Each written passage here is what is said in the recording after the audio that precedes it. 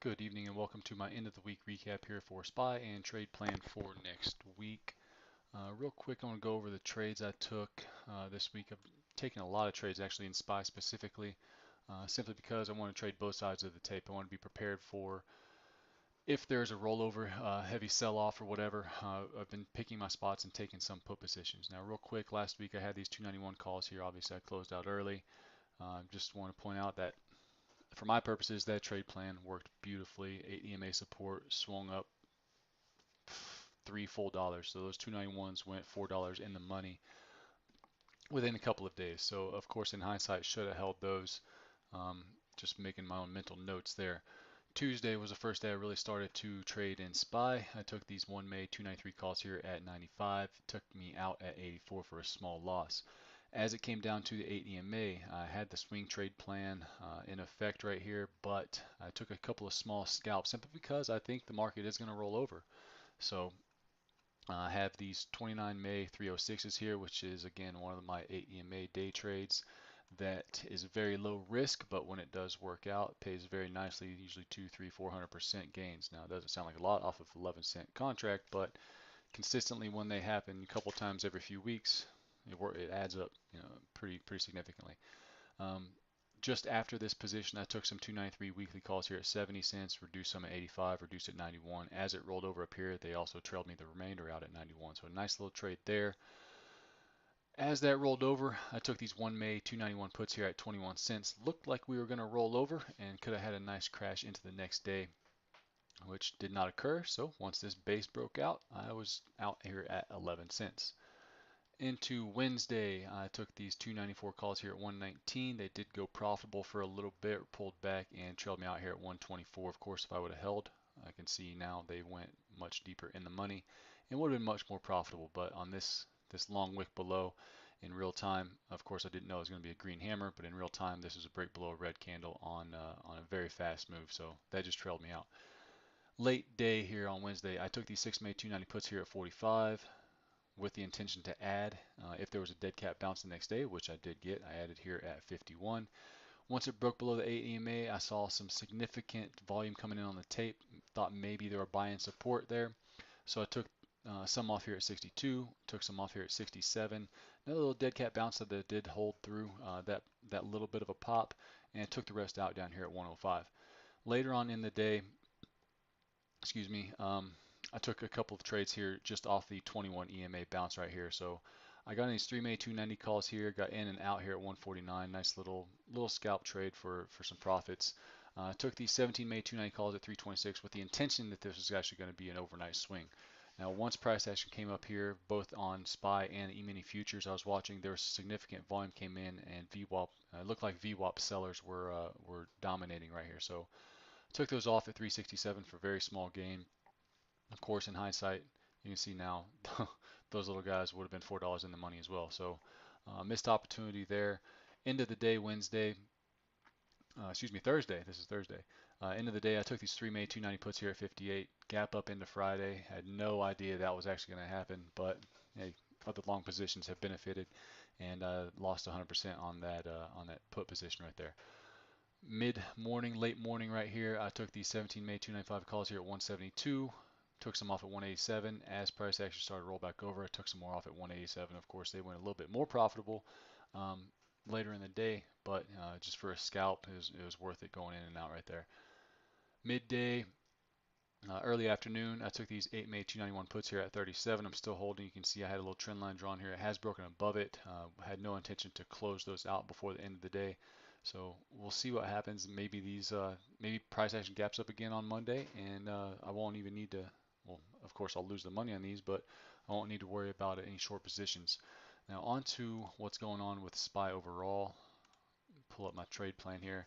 I'm looking to buy these supports here at these specific levels: the 8 EMA, 21, 50, and 200. And it's much clearer and easier to read on a higher time frame. If I get any pullbacks, those are the levels I'm looking at buying. I'm not necessarily looking for a breakout unless there's a strong move over 295, and even then I'm only planning for price action to come up here around 299, 300 area. Onto the higher time frames here for SPY. Let me maximize this chart real quick. Every time we've had a red year, aside from the dot-com crash and the housing bubble, what has happened? Okay, we had a red year last year, so first red year, at least in recent history, was into 2012. We broke above it, spiked above it, had a moderate pullback mid-year. Okay, the next one, 2015, spiked above it, consolidated, flagged on a monthly time frame, and then just absolutely ripped higher. What are we doing now? Well, we're testing to break out above another red year. What I could see happening is we pop above and pull back in somewhere to support. Now, could we roll back all the way through 2019's price action? Sure. It's not impossible, but I don't think that's likely. I think there's a lot more money on the sidelines that would prevent that kind of move from happening. Remember from my previous videos, I was talking about how many stocks were trading below book value right here at the end of 2018. So if this is below book value in recent history, this was most likely below book value for a lot of names a little bit further in history. And it's just going up due to buybacks, increasing revenues. Companies are still growing, they're still making money. So as companies are undervalued, that level of undervaluation is actually going to be higher and higher and higher. So with that in mind, the next time we sell off or drop, it's probably realistically going to be above this level, this 230, 240 level. So I don't think we're going to go back and test these all-time low, or not all-time lows, these recent lows. Um, but we are definitely due for a significant pullback. If that doesn't happen, guess what? We start moving above 295, and I can start swinging long pretty heavy again. So we'll see what happens. Right now, in the weekly time frame, I have seen this bar in a couple of charts before. I don't have any other examples, but this is a potential top. We had elevated volume.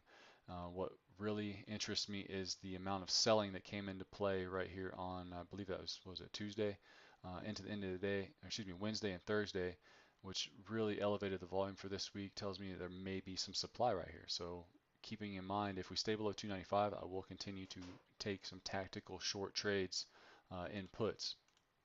The daily time frame, though, does look like a very nice, very strong bullish reversal right here. Just the weekly time frame is what's really concerning me right now. I can't really talk about the monthly time frame because it's still developing. We're 3 days, 3 trading days into the month. As I pull up E-mini futures, it's a little bit easier to see what I meant by breaking above a red year for E-minis. Once Thinkorswim loads everything.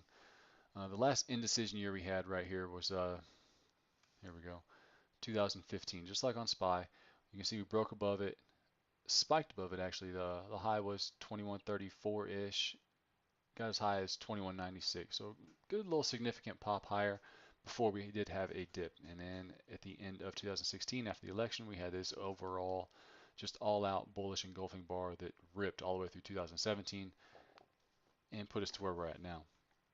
Is that going to happen again? Just like a crash is not impossible, another run up like this is not impossible. I mean, this kind of price action, green month, green month, green month, green month. If price action is going up, the monthlies are green, the weeklies green, dailies are green, in a vehicle that is designed to go up, why would I be betting too heavy from the short side? No, don't get me wrong. I am looking for short opportunities, but overall, I'm still going to be bullish. I will be permanently bullish on the overall U.S. market simply because it's a vehicle designed to go up.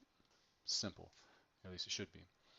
All right, so that's the monthly time frame. As I zoom into the weekly, we didn't necessarily put in as bearish of a bar as the SPY, but it is still a wide range bar. Sellers did come in on the tape. The daily time frame put in that bearish engulfing bar as well. So there is supply here, there's activity, there's participation. That's what the volume and the price action is telling me. Now, if we reject from here, we'd have to have a break below 2900. If we break above E-minis anyways, is above 2962, should be looking for a continuation of the overall uptrend. Now, looking at this, not knowing this was a prior all-time high, you look at recent price action, bearish engulfing bar, pullback, almost bearish engulfing bar, pullback, and it just continues to march up. So is this going to be the same as what we've had recently, or is this a true level of supply that we're going to reject from? That ultimately is the question right now. And right now, just have to wait and see. As I said, I'm going to tactically pick my short spots, but also be willing to take swings from the long side, simply because when you have an area of a battleground like this, there's going to be shorts, there's going to be sellers that are selling versus these highs. So above here is a stop, below here is a stop for the longs. Whichever way it breaks is going to compound that pressure, whether it be buying pressure higher or selling pressure lower. So I want to be positioned for a big move outside of 2960 or 2900. So we'll see what happens going forward. For now, this is my trade plan on SPY and my thoughts on the overall market. If you have any questions or comments, please feel free to leave them down below. You're also welcome to come join me over at the Trade Crew chat room. It is a free chat, and join in with some of these live trades. Good luck on Monday.